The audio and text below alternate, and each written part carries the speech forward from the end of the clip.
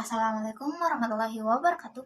Hai, kembali lagi bersama saya Aulia Putri Ramadhani dengan nomor induk mahasiswa 202210179. Nah, dalam video ini saya disuruh untuk menganalisis sebuah pertanyaan yang telah dikirim oleh dosen saya sendiri dalam mata kuliah manajemen bank syariah. Jadi tonton sampai habis ya. Oke.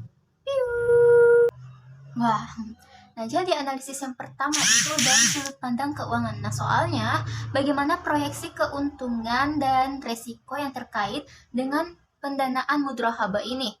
Apa implikasi dari keterlambatan proyek terhadap keuangan bank dan perusahaan mengembang? Nah, dari sudut pandang keuangan, proyeksi keuntungan dan implikasi keterlambatan proyek.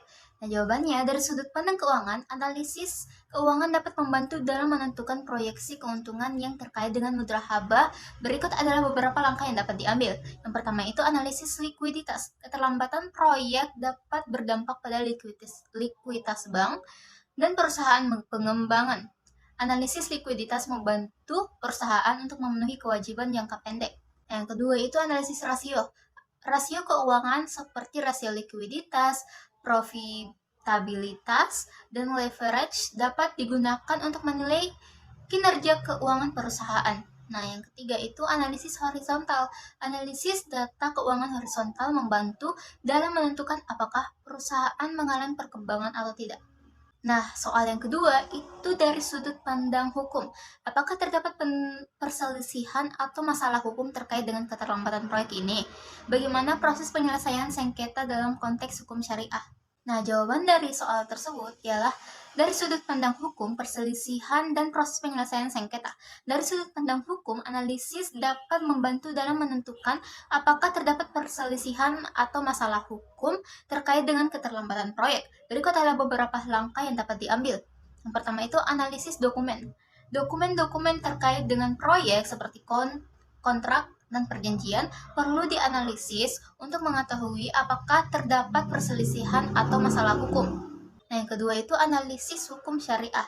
Dalam konteks hukum syariah, analisis dapat membantu dalam menentukan bagaimana proses penyelesaian sengketa dilakukan. Nah, soal yang ketiga itu dari sudut pandang etika. Bagaimana aspek-aspek etika yang perlu dipertimbangkan dalam menangani kasus seperti ini?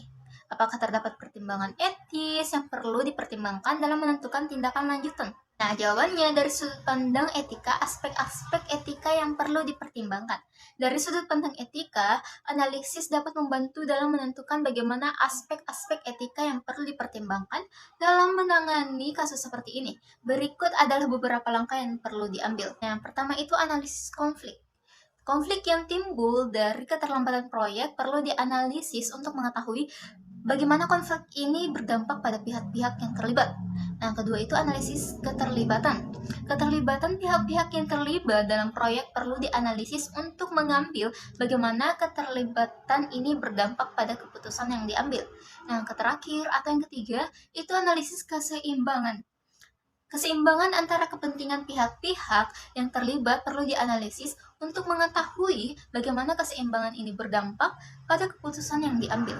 Nah, kesimpulannya itu analisis keuangan, hukum, dan etika dapat membantu dalam menentukan bagaimana keterlambatan proyek berdampak pada keuangan, hukum, dan etika yang terkait.